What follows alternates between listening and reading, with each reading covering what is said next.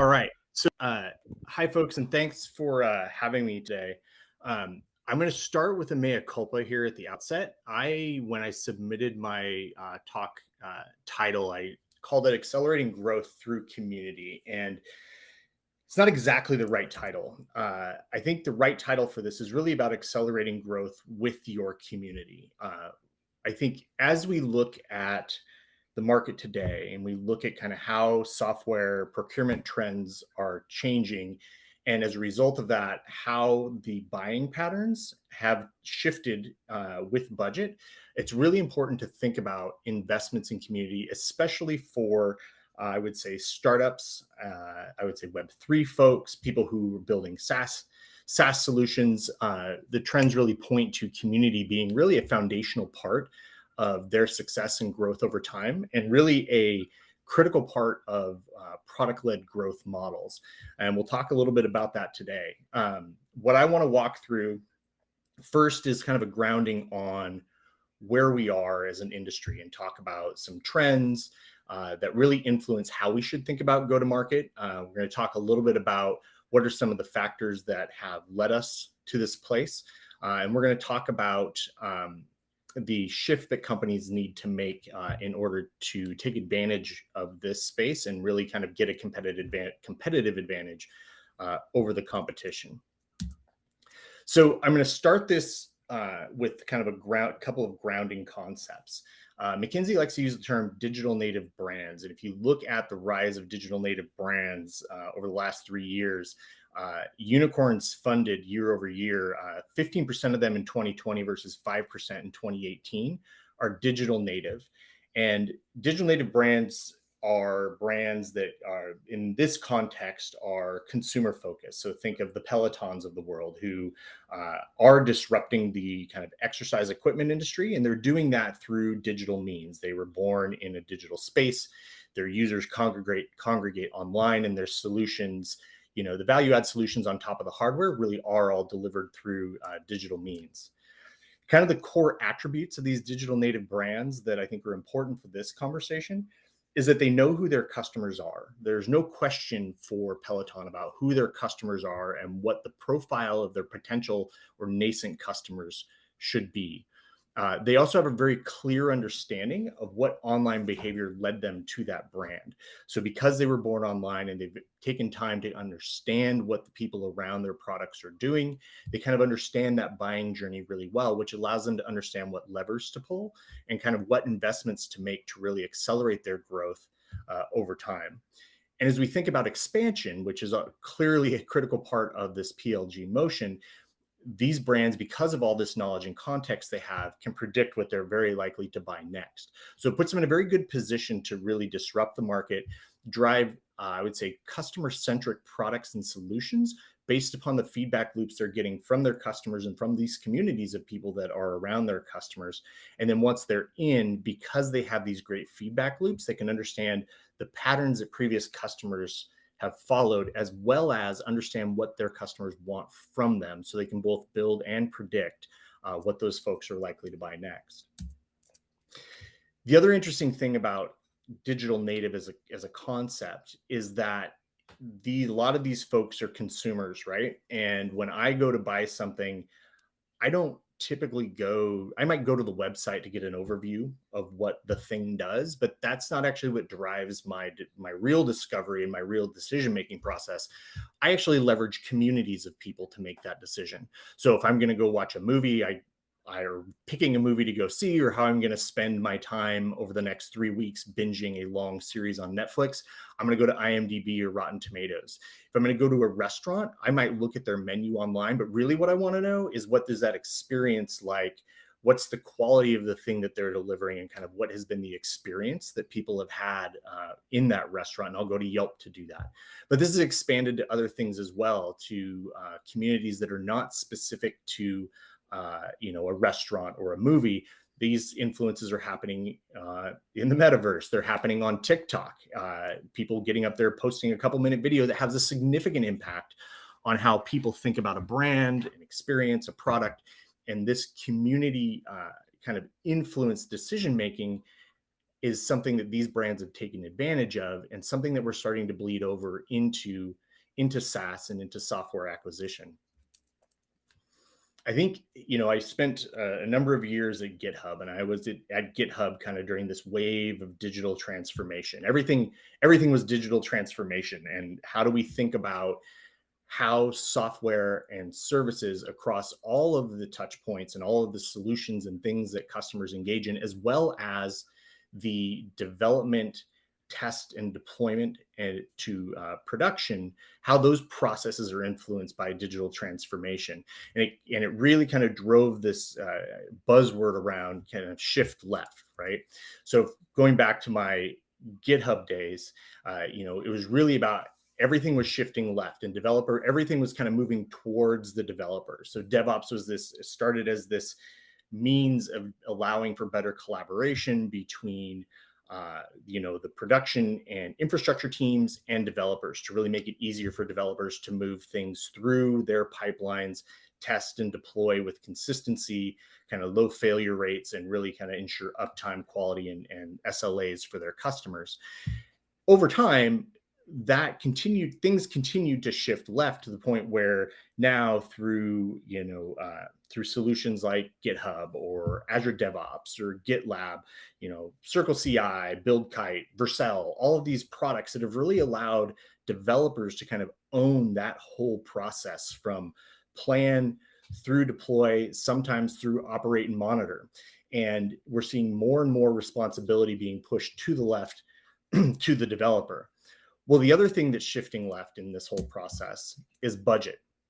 And as we think about how software is procured today, that budget is moving more and more from a centralized procurement environment where you're making top-down buying decisions to individual developers and teams who are, because they own so much of that process now, are looking for discrete point solutions to figure out how to solve problems that they have. They're purchasing these solutions primarily through PLG motions, being able to go in, buy something for their own use, and then we're seeing the expansion out through that organization. If you look at customers like Atlassian and Figma, like, this is the motion that they took. People started using the product, they brought it into their organization, and all of a sudden, I, the designer, am not the only one who's using Figma. I'm now using it with my development teams, and we're partnering on designs around specific applications or whatever it is that we're building. Oh, and now, by the way, I'm also pulling in my business teams. And so I have marketers, and I have business analysts and others working in Figma to try to help design the right solutions for our customers, and kind of really collaborating and working together. And so that approach has allowed Figma to really expand both its TAM, but also expand its reach within our organization, has allowed them for great hyper growth. Forrester, about 2 years ago, I think in one of the Forrester Wave reports, indicated that procurement by developers and development teams accounts for about 75% of new SaaS acquisitions.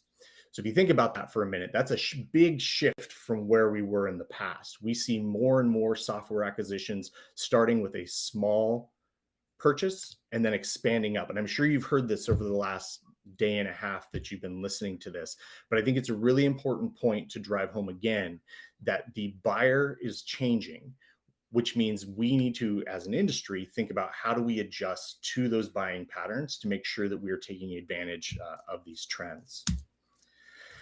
Similar to consumers, developer decision-making is not just influenced by websites. We know that developers look at websites. It's one of the top one or two things they do, because they're really just looking to see, hey, does this thing address the problem that I'm solving, right? Check that box. Yes, it says that it solves the problem that I'm looking for. It's going to cure this pain for me so I can move on and do the things that I want to do.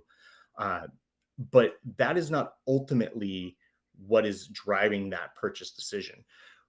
Like consumers, developers rely on communities and their peers and experts to really understand and kind of get started down this discovery process. They look to their peers to understand, hey, what are you doing to solve this problem? They look at how solutions are deployed and what other companies are using to influence how that's happening.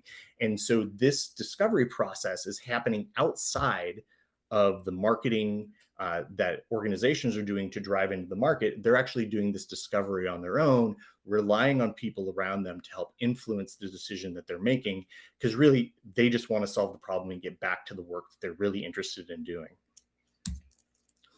If you break this down in terms of how time is spent in the discovery process, you see here that, of all the things that they're doing, meeting with potential suppliers makes up about 17% of this entire process. So researching independently online, meeting with their internal buying groups, doing their own independent research offline, and other activities. They're spending very little time engaging with the actual brand and specifically with the sellers related to that brand to help them make the decision about what they want to do. I read another stat, and I'm going to cite it, but I can't cite the source, that about by the time a seller engages with a potential buyer in this new world, about 60% of the decision-making process has already been completed. That means that they are greater than halfway to making a decision, which means they're already leaning in a particular direction at the point in which they engage. So your opportunity, if you are not the brand they're engaging with, to help shift that decision has diminished considerably if you haven't been part of that earlier discovery process. Gartner cited recently that your sales reps have roughly 5% of a customer's time during their B2B buying journey. If you think about that for a moment, and you think about the opportunity to influence, this becomes super challenging if you're the second vendor into an opportunity. Worse if you're the third vendor into an opportunity. And this isn't to say that sellers in this new world of PLG aren't important. They absolutely are. Even if you look at like Atlassian, who built their whole company was built on this PLG model, and they kind of stand forth as a pillar and a great example of growth. They have enterprise sales teams, and there are a need for sellers.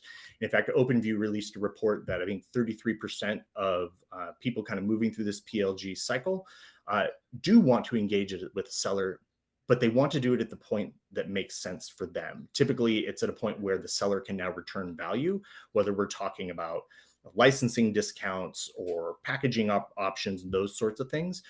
But often it's after kind of that key discovery that you want your sellers and marketing to influence has already happened. The impact of all of this, if you think about the amount of time that you're marketing, the amount of influence your marketing has, the amount of time your sellers have with your community, and kind of where the decision and discovery process is happening, is that what communities are saying about you is increasingly as important as what you say about yourself. As a marketer, as a long-term marketer, it horrifies me and terrifies me that the messaging is now out of my hands.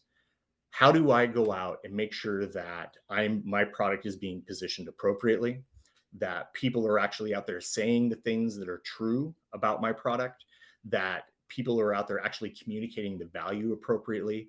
It's a really challenging place to be. And so understanding how to influence, work with, and guide communities is becoming more and more important over time. Another kind of point here that I think is important, 82, according to the same Gartner report, about 80% of B2B sales interactions between suppliers and buyers will occur in digital channels by 2025. This further kind of nails home the imperative around being able to engage your audience where they are, making sure that as this increase in kind of digital channel procurement continues, the opportunity to engage one-on-one continues to be reduced. So as companies are kind of creating these great PLG models, making the trial and conversion and procurement process very, very simple, it also means that one-to-one engagement and that opportunity for that is decreasing. And so this is a trend that we don't expect to be, being less relevant or less important. This is a trend that we expect to be even more important over time as we continue to move forward. I want to go back to this concept of digital transformation. We talked about digital transformation really being about the infrastructure and about how we plan, build, and deploy solutions for our customers, how we make sure that they're reliable and secure and all of those sorts of things. the market has moved this way. The way people build software has moved this way. Even incumbent and older companies that are looking to compete with kind of the digital native uh, disruptors in their market are adopting this digital transformation to be able to close the gap and catch up and be able to retain their position at the top. But the thing that hasn't changed primarily is the go-to-market. As you look at kind of this digital transformation space, the area of the business that hasn't transformed completely, or hasn't in many cases even taken this step, is the go-to-market functions within the organization. Sales, marketing, everybody's trying to figure this thing out. And this is one of the reasons why these born in the cloud and digital native organizations have an advantage, because they started in this space. They start here, and now they know the way this works because this is where they began. It's kind of core to how they operate and kind of natural for how they think about go to market. And so it creates a great opportunity for startups and folks, I assume, who are on this call, to really think about how to leverage this opportunity to really start disrupting their industry and disrupting the market that they're in. Another recent report from Gartner indicates that PLG penetration is very, very small. And I think the term they used was embryonic. I came from a company recently that is competing with another organization that started off in this kind of as a born in the cloud organization.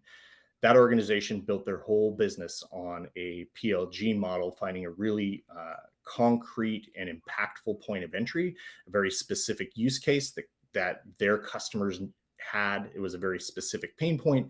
They got in, and then from there, it was easy for them to expand. It was much harder for an organization that was built more around an enterprise sales model to actually adapt to that, because there's a shift there that has to be made as you trade off investment in enterprise sales for an investment in a PLG model that naturally takes time to build and grow over time. A model that's highly dependent on SEO and content, that's not something you can just turn on overnight. It's something that you have to build and grow and establish both momentum and presence in order to be successful there. So again, I think this points to a significant opportunity for organizations that are being born in the modern marketplace, who are starting from this place as opposed to having to retrofit to get back to it. So this is where community comes in. Community is kind of the linchpin for how all of this comes together. If we think about the PLG model, a lot of the product-led growth model, we're seeing a lot of great innovation in that space, whether it be tools and platforms to help organizations really optimize their solutions to support this product-led growth funnel. But there's another piece of the equation that sits a little bit ahead of that, which is the community. And I kind of think about this in the underpants gnome metaphor. You need to have a community, so you invest in teams to go build community. Step 2, it's a little bit of a black box. Step 3 is profit ? How should we be thinking about community? What is it? And how should we be thinking about the breadth of that? And how do we think about activating that community to actually start driving your funnel, not only to drive the right awareness and influence to get people into your PLG motion, but how do we leverage that community to continue to drive expansion? How do we think about establishing champions in the community and really helping you accelerate your business growth through that engagement? As I think about community, it's broader than a set of people that are living in repos or talking to each other on Discourse or Slack. Your community is your entire set of users. They don't stop talking at the point in which they become a paid customer. In fact, a lot of paid customers actually leverage community for support, and we'll talk about that here in a second. But as I think about community, I really think about it as the breadth of the user base that you have, as well as these people who are starting this discovery process and are now starting to engage to learn. You need to make sure that you're serving all of these audiences, to make sure that your messaging, your product, and all those things are being positioned appropriately, but also, and most importantly, so that you're adding value into that community. As a company that is really focused on a PLG and a community-led growth model, the priority here is about adding value to the community in order to create value for your organization. And I think that's a really important point, is that as you look to build this, it's really about how you engage. Are you adding value? Are you building affinity and trust and thought leadership in order to build relationships that help you grow and scale your business? When we think about community as an entity or as an opportunity for organizations, you really can start to see ROI across the entire business. You see ROI from things like product. Having a strong community allows you to get product feedback, get ideas, get contributions from folks. Here's what I'm using your product for today. Here's the adjacent thing I wish your product did that would really add value for me. Your community also helps provide beta testing, helps drive adoption, and also your community starts driving education on your behalf to the rest of the community. A healthy community is out there supporting itself as well as educating each other on best practices, on tips and tricks, thinking about how to start adopting a product inside your organization. And they can become very, very helpful and critical in kind of growing the ROI for your product organization within that community. I mentioned support briefly for a second there, but as you think about support, case deflection, knowledge and learning content, and again, education, your community, and especially folks on the call who are in a commercial open source environment, really understand this.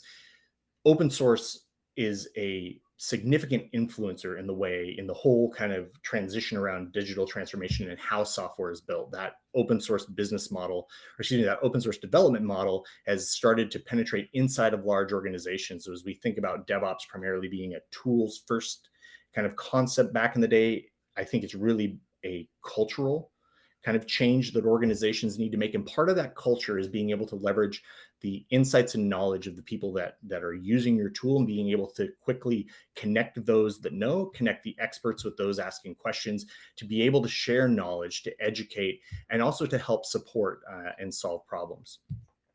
From a customer success standpoint, we see community actually affecting things like attrition. As people are more engaged with community, we know that they're more likely to be at lower risk of churn. We see satisfaction NPS scores go up for companies that have strong communities, because they have like-minded people that they can work with.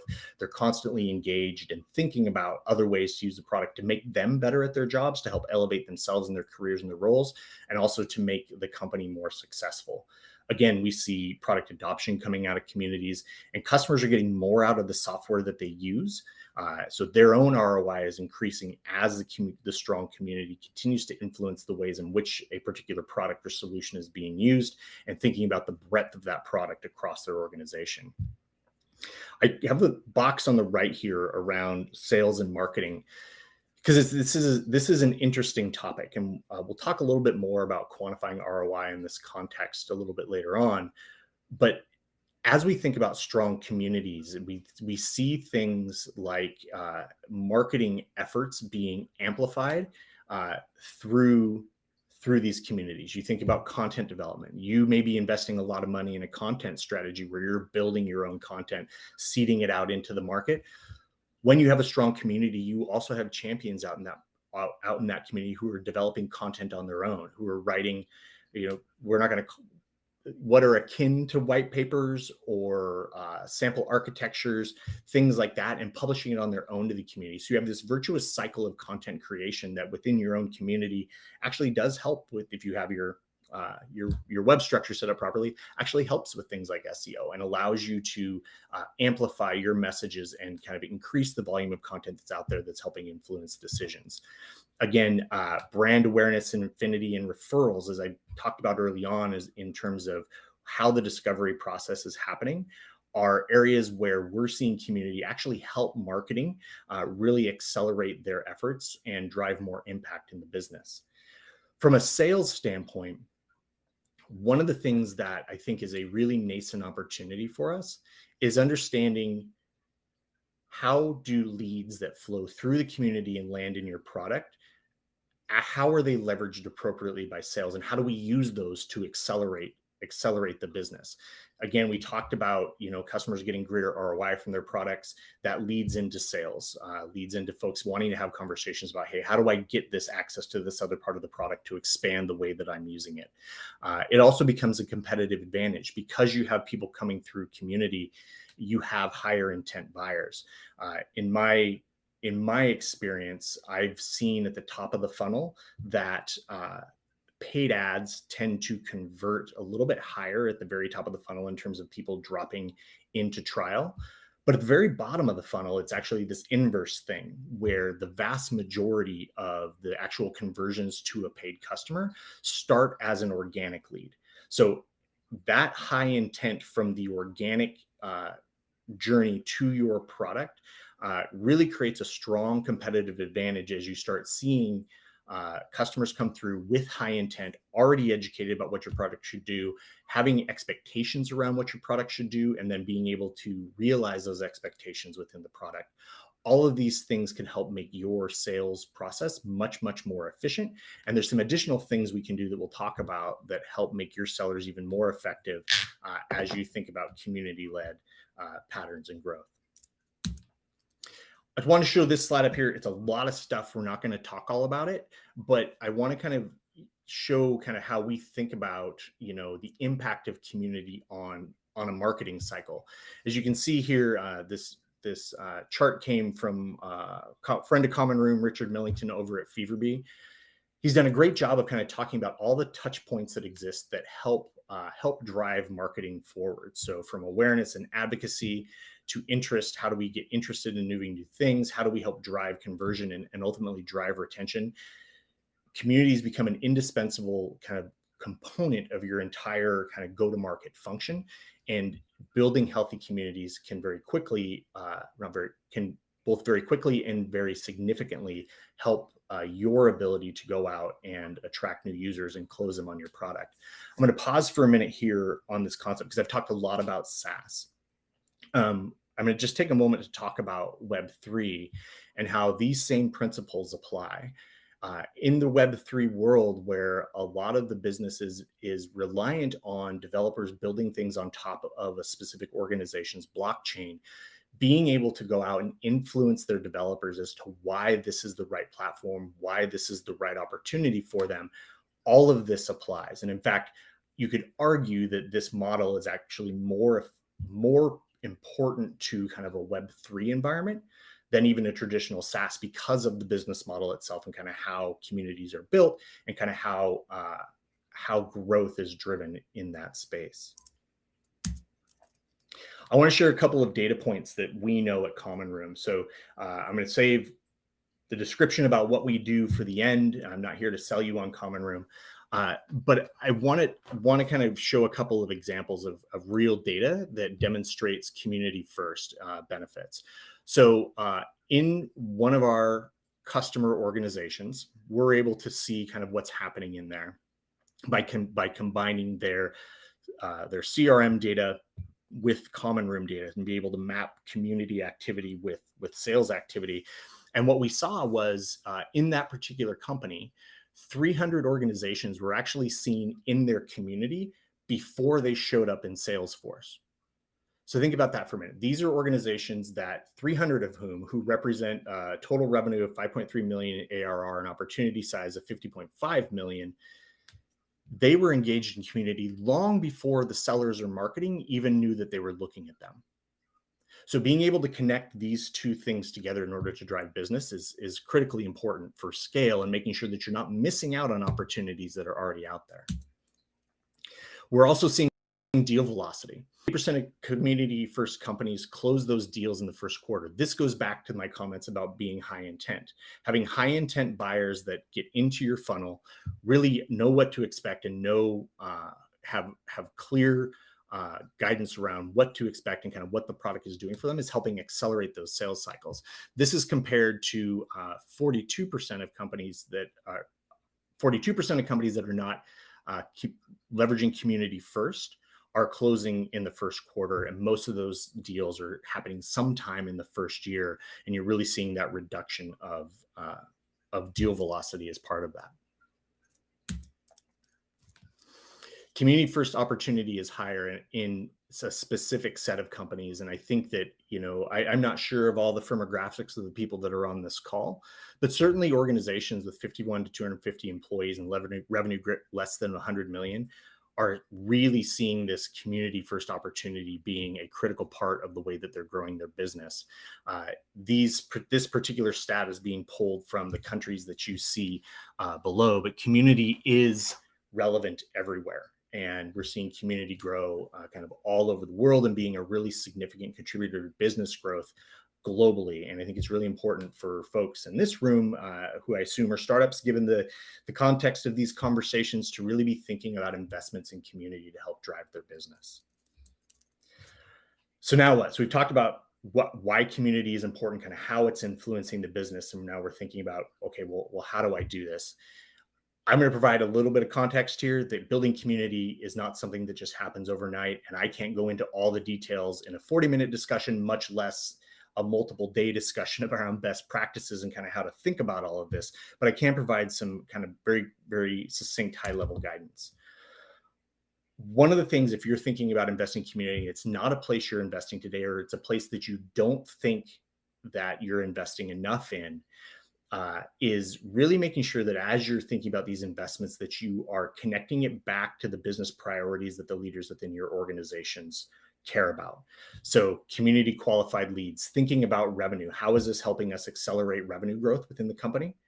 Think about it in the context of case deflection and needs by your support and CSM teams. How is this going to help you reduce the cost it takes to have happy customers and ensure that you have great responsiveness and kind of very dedicated and loyal customers, because they know that they're going to, if they run into a problem, they trust and have confidence that that's going to be resolved. Customer acquisition cost. I think that you do the math through all the other things that I've said. The more you have community driving leads for you, the lower your acquisition cost becomes, as you're not paying high cost of acquisition through paid ads and other sort of kind of high cost executions that you need to do in order to drive people in. We talked about deal velocity. And the last point here around product and roadmap feedback. I think, I'm guessing everybody knows this, but it bears saying again, building products that your customers love to get them in is really important. Continuing to make it a product that your customers love over time is also very critical. And I think some mistakes that organizations have made, and I think if we were all talking, looking at each other, but you could raise their hand and call out an example. When you become too internally focused, you kind of lose sight of what's really important to your customers. And strong communities really help you make sure that you have a pulse on what's important, where that community is going, and where the work that they're doing is taking them, so that you can better map your roadmap and investments in product development to where your customers are headed, to increase both retention, but also to increase your opportunity for expansion as you look to add additional capabilities that you might charge for into the product. This often brings me to a question around, as we think about this investment community, where do these teams live? I think what's interesting about this is that this is from the State of Developer Relations reports in 2021. I think if we're having a conversation about community management, this might skew even more towards marketing. But as we think about the role of developer relations over time, it's always been this separation of church and state, where DevRel teams are really focused on making sure we have happy communities of customers, and we don't think of them as a part of the value chain that drives customers into the funnel. We're seeing that shift over time. We're seeing more and more of these teams report into marketing as organizations start to recognize that in order to bring people in, they really need to add that value, as I said, to create value for the organization. So we see a lot of this trend kind of shifting over time. There's a lot of other kind of demographic and firmographic information you can see in the State of Developer Relations report. But I think it's important to note that wherever it happens to live, it's important, and there's no one right way to do this. You should really think about what's right for your organization and where those folks should live. And I personally have worked in organizations where DevRel reports into engineering, where they report into the product team, and where they report into into marketing. And in each of those cases, I think what's really important is really having clear goals and outcomes defined for that organization, so those folks are allowed to do their jobs and not let it become overwhelmed by the constraints and goals that the organization they report into might have.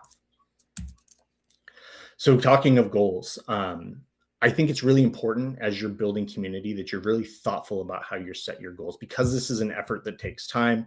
It's an effort that you have to continue to invest in, making sure you have great benchmarks, whether that be against your competitors, against alternatives, other places where folks might be getting this information, and also benchmarking against best in class standards, being very thoughtful about how you do that benchmarking in terms of growth, stage of company, and the types of things that you want to accomplish with your community. It's really important, not just so that your people don't go insane, but also so that you're setting the right expectations with leadership to feel confident in the investment they're making. The next phase is really about engagement and creating feedback loops. And I know I'm short on time, so I'll kind of hustle through this. I think as you think about doing this, it's about being authentic, talking in a voice that is authentic with this community, making sure that you can build trust in both your reputation and your brand. Make sure you're adding value and be consistent. You cannot build community if you aren't consistent in the way that you deliver content and value to that community. They'll just stop coming back. You want to make sure that you're consistent so they know they can keep coming back and get more out of that relationship that you're building with them. And the last thing is transform engagement with digital contacts. It's really about a shift to focusing on your pioneers and early adopters, being contextual about your outreach to your community, understanding what they're doing, what matters to them, and reaching out in that context, being personalized, making people feel like they're part of something, and providing what they've told you they need. It's listen to the community and trust that they're telling you the truth, because they are. And if they didn't want to tell you the truth, they wouldn't be spending the time in their community. If they're talking to you, it's because they care. It's because they think that there's a relationship and there's something that can come for them on the back end of that conversation. So listen to them when they tell you what they need and what's working and what's not. Very end here, I think I'm now a minute over, so I'll buzz through this. Our company, Common Room, has a user relationship management platform that really helps folks understand their community, what's happening in the community, whether you live on Slack or you live across multiple platforms, being able to aggregate information of who those people are, who are your influencers, who are your champions, and be able to engage them with consistency and empathy while reducing the amount of time spent on that, so that your DevRel and community managers can focus on other key priority activities. But again, in our communities, we've seen increased ACVs, increased adoption, and faster time to close across all of our customers who have invested in community. And so lastly, I think it's really important to get a holistic view of community, and that's what Common Room does. Be happy to show anybody Common Room if you're interested. But again, I'm not here to sell that to you. I'm here to hopefully provide some information that helps you as you think about growing and investing in your business. So with that, thank you. I appreciate the moderators letting me go over for a couple of minutes. If you need to reach me, the best way to do that is michaelfrancisco@commonroom.io. I am on Twitter, but I'm not very active. My kids call me a lurker. So you reach out to me there, or find me on LinkedIn. Happy to engage with anyone who might be interested. So thank you for your time. Awesome. And that was an excellent presentation, Michael. Thank you very much. And by the way, I already reached out to you on LinkedIn. So, I definitely like to follow up and definitely connect further on, some of these topics that you covered. I think it's very, very important, especially considering the fact that having a community, having an engaged community is a necessary recipe in this day and age. Yep. It's certainly one of the defining features of the Web3 era, to say the very least. I think, you can have an awesome product or service, but you can't get away with either having you could say an abysmal or a mediocre community, or have let's say a poor, toxic community, or a non-existent community. Yep. Yeah. And I think, what's interesting, you could say you have all three of those things. And yeah, I would say the drag on your business is pretty similar across all of them, right? Not having a community is very similar to having a bad community, right? And the very good point. The levels in between those, like, it gets worse and worse. But I think the drop off from having a good, healthy community from having a poor or kind of struggling community is significant.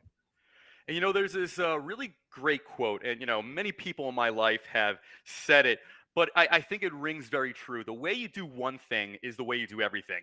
And I Hmm. think you see kind of how the way we do things actually is reflected and is represented in, let's say our personal and family life, let's say our business life and everything else. Hmm. Like all these things don't exist in a vacuum. That's true. And I think if you are a company that really cares about your customer, that will show up in the way that you engage with community, whether or not you have empathy for your customer, whether or not you care about your customer's experience, whether or not you care about what's important to your customer, that will show up in how you manage your community.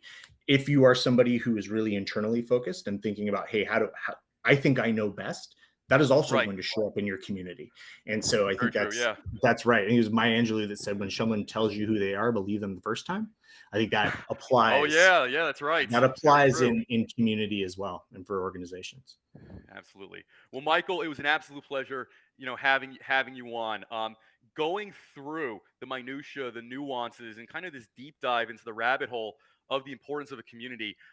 This is something that has to absolutely be stressed in any type of startup venture. These are the pillars of the foundation of the values, the product, the service, and ultimately the future success. So, Yeah, absolutely. Absolutely. I agree. Well, thank you so much for having me. And of hopefully I hear course, from some folks on the call, and hopefully this was a good use of people's time. So thank you very much. thank you.